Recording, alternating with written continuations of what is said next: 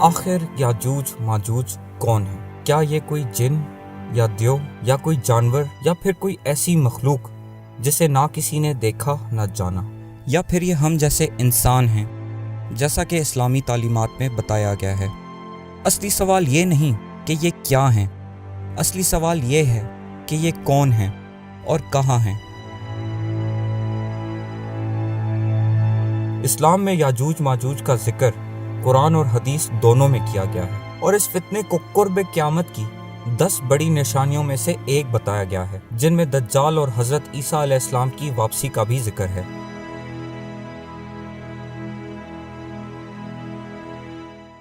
اس کے علاوہ اس فتنے کا ذکر تورات میں بھی موجود ہے، لیکن سب سے زیادہ اہمیت فی الوقت یہ جاننے کی ہے کہ اس فتنے کے بارے میں ایک پیشن گوئی قرآن میں بھی کی گئی ہے، جو کہ پوری ہو چکی ہے، جس پہ بہت کم لوگوں کی توجہ ہے، جس کی ہم جلد وضاحت کریں گے قرآن اور حدیث کی روشنی میں۔ سوال یہ بھی اٹھتا ہے کہ قرآن میں یاجوج ماجوج اور ذوالقرنین کا تذکرہ شروع کیسے ہوا؟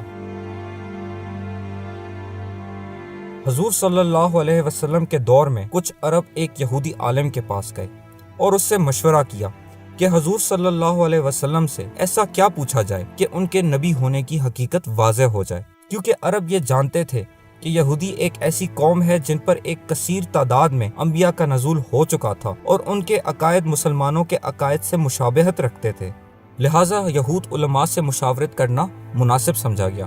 مشورہ کرنے پر یہودی نے عربوں کو 3 سوال پوچھنے کا کہا۔ سوال نمبر 1، وہ کون سا مسافر ہے جو دنیا کے 3 کونوں تک گیا؟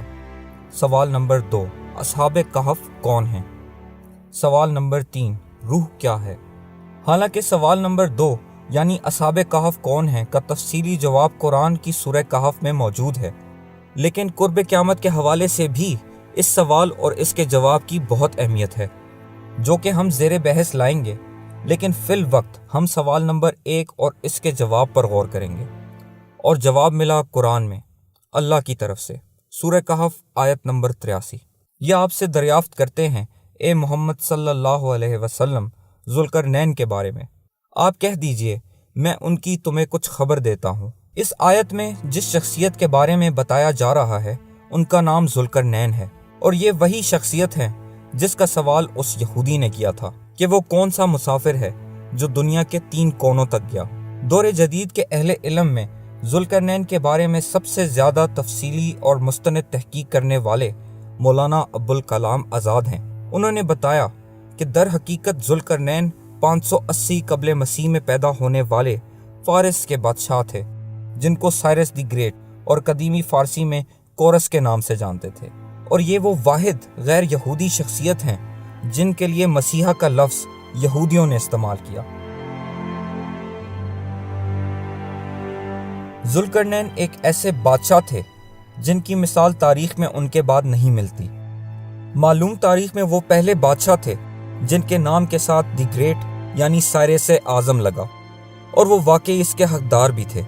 ان کی سلطنت موجودہ دور کے پاکستان، افغانستان اور ایران سے لے کر یونان کے ساحلوں تک تھی۔ وہ یونانی فلسفی زینفون تھا جس نے سائرس دی گریٹ کی زندگی پر مبنی کتاب سائروپیڈیا لکھی اور اس کے لیے سائرس کے نام کا استعمال کیا، جیسے کہ آج کے دور میں کئی سامی نام مغربی زبانوں میں تبدیل ہو جاتے ہیں، جیسے کہ داؤد ڈیوڈ بن جاتا ہے اور موسیٰ موزز۔ اسی طرح قدیمی فارسی سے لیا گیا لفظ کورس سائرس بن گیا، اور اس کتاب میں یہی لفظ استعمال کیا گیا۔ سائروپیڈیا کے لفظی معنی سائرس کی تعلیم بنتے ہیں۔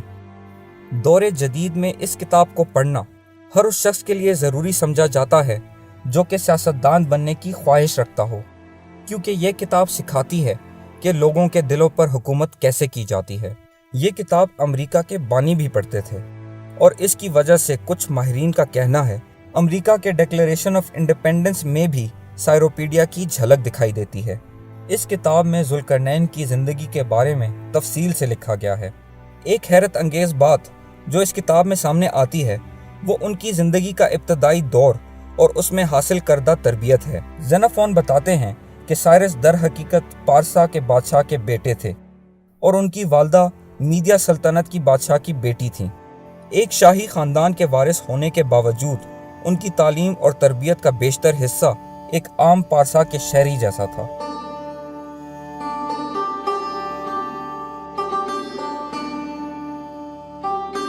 پارسا میں بچوں کی تعلیم 5-6 سال کی عمر سے شروع کر دی جاتی اور ان کو 2 تعلیمات دی جاتی، ایک اخلاقیات اور دوسرے قوانین۔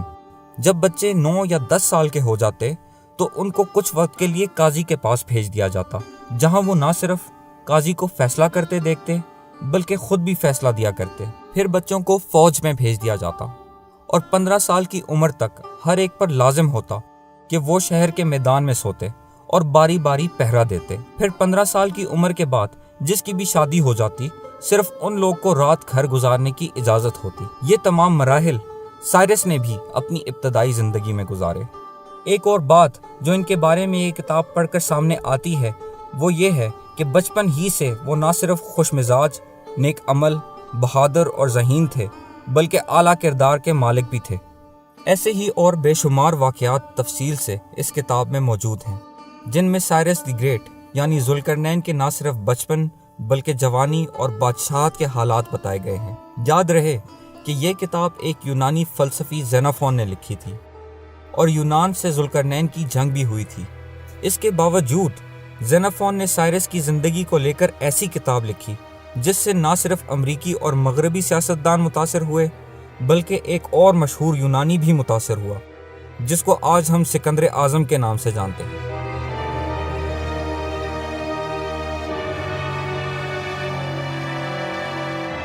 جو کہ ذوالقرنین کے دور کے 200 سال کے بعد آیا، اور پھر سکندر اعظم بھی سائرس اعظم کے نقش قدم پر چلتے ہوئے ان تمام علاقوں کی طرف گئے جہاں ان کے ہیرو گئے تھے، اور فارس کو فتح کرنے کے بعد ذوالقرنین کے مقبرے پر قربانی بھی دی۔ سکندر اعظم نہ صرف ایک بت پرست تھا بلکہ فارس کے ساتھ قدیمی دشمنی کی وجہ سے جنگ بھی کی، جس میں سکندر فتح یاب ہوا۔ اس سب کے باوجود سکندر نے ذوالقرنین کے مقبرے پر انتہائی ادب اور احترام کا مظاہرہ کیا۔ ذوالقرنین ایک ایسی قداور شخصیت ہے جن کا ذکر نہ صرف دنیاوی کتابوں میں بلکہ آسمانی کتابوں میں بھی ملتا ہے، جیسے کہ تورات اور قرآن۔ ذوالقرنین لفظ جو کہ قرآن میں استعمال کیا گیا ہے وہ در حقیقت ایک لقب ہے۔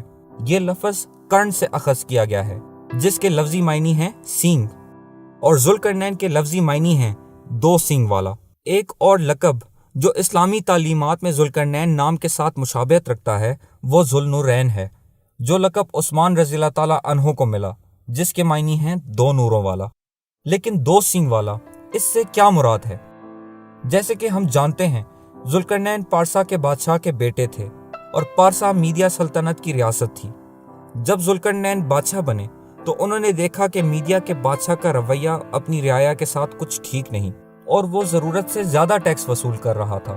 اس بات کو مد نظر رکھتے ہوئے 550 قبل مسیح میں انہوں نے میدیا پر قبضہ کر لیا، پھر میدیا اور پارسا کو ایک سلطنت بنا دیا۔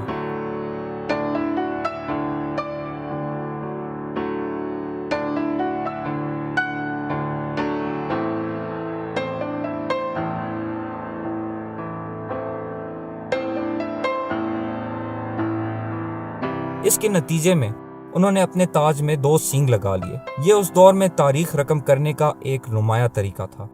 ہر ایک سینگ ایک ریاست کی نشاندہی کرتا اور دونوں کے ملاپ سے یہ بات واضح ہوتی ہے کہ دونوں ریاستیں یعنی میدیا اور پارسا ایک ہو چکی ہیں اور ذوالقرنین ان کے بادشاہ ہیں۔ جب ذوالقرنین کے مقبرے کی کھدائی کی گئی تو وہاں سے ایک مجسمہ دریافت ہوا جس میں نمایاں طور پر تاج میں 2 سینگ لگے تھے۔ اگر دونوں سینگوں کے درمیان کندہ نقشوں پر غور کریں تو یہ دنیا کے وہی 3 حصے یا کونے ہیں جہاں ذوالقرنین گئے اور ان کو فتح کیا۔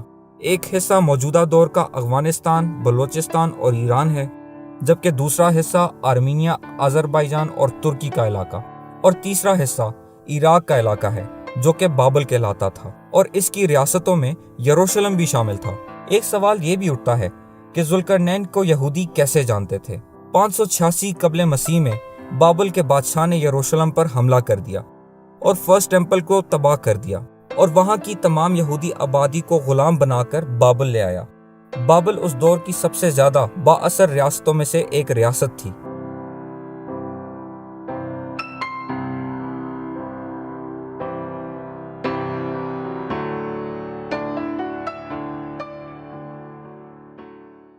پھر 539 قبل مسیح میں ذوالقرنین نے نہایت ہی کم مزاحمت کے ساتھ بابل پر اپنا قبضہ جما لیا۔ یہ بات مشہور ہے کہ قبضے سے قبل رات جب بابل کا بادشاہ اور اس کے درباری عیش و عشرت میں مصروف تھے تو اچانک ایک ہاتھ غیب سے بڑھا اور بابل کے بادشاہ کی بادشاہت ختم ہونے کا پیغام دیوار پر لکھ ڈالا۔ اسی عمل کی وجہ سے انگریزی فقرہ رائٹنگ آن دا وال یعنی ایک اٹل حقیقت مشہور ہے۔ یہ تمام تر واقعات تورات ڈینیل 5 میں موجود ہیں، اور معلوم تاریخ میں یہ وہ پہلے اور آخری غیر یہودی ہیں جن کے لیے یہودیوں نے مسیحا کا لفظ استعمال کیا اور آج بھی کرتے ہیں۔ تورات میں ذوالقرنین کو ان کے نام سے بھی مخاطب کیا گیا ہے، اور مخاطب کرنے کا انداز قرآن سے مشابہت رکھتا ہے۔ ائزیہ 45:1 میں لکھا ہے، تو پروردگار نے کہا اپنے چنیدہ کورس یعنی سائرس سے، جس کا سیدھا ہاتھ میں نے تھاما تاکہ وہ قوموں پر غلبہ پالے۔ مذکورہ بالا سے صاف پتہ چلتا ہے کہ ذوالقرنین نہ صرف قرآن میں بلکہ تورات اور یہودی تاریخ میں بھی نہایت اہمیت کے حامل ہیں۔ عام طور پر اس دور میں جب بھی کوئی بادشاہ کسی جگہ پر قابض ہوتا تو وہاں پر قتل و غارت کرتا اور لوگوں کو غلام بنا لیتا اور طرح طرح کے مظالم بھی ڈھائے جاتے۔ لیکن ذوالقرنین کی وجہ شہرت کچھ اور ہی تھی۔ وہ ایک عادل اور انصاف پسند بادشاہ کے طور پر مشہور تھے، اس لیے وہ جب بھی کسی جگہ پر جاتے تو لوگ ان سے لڑنے کے بجائے ان کی فوج میں شامل ہو جاتے ہیں۔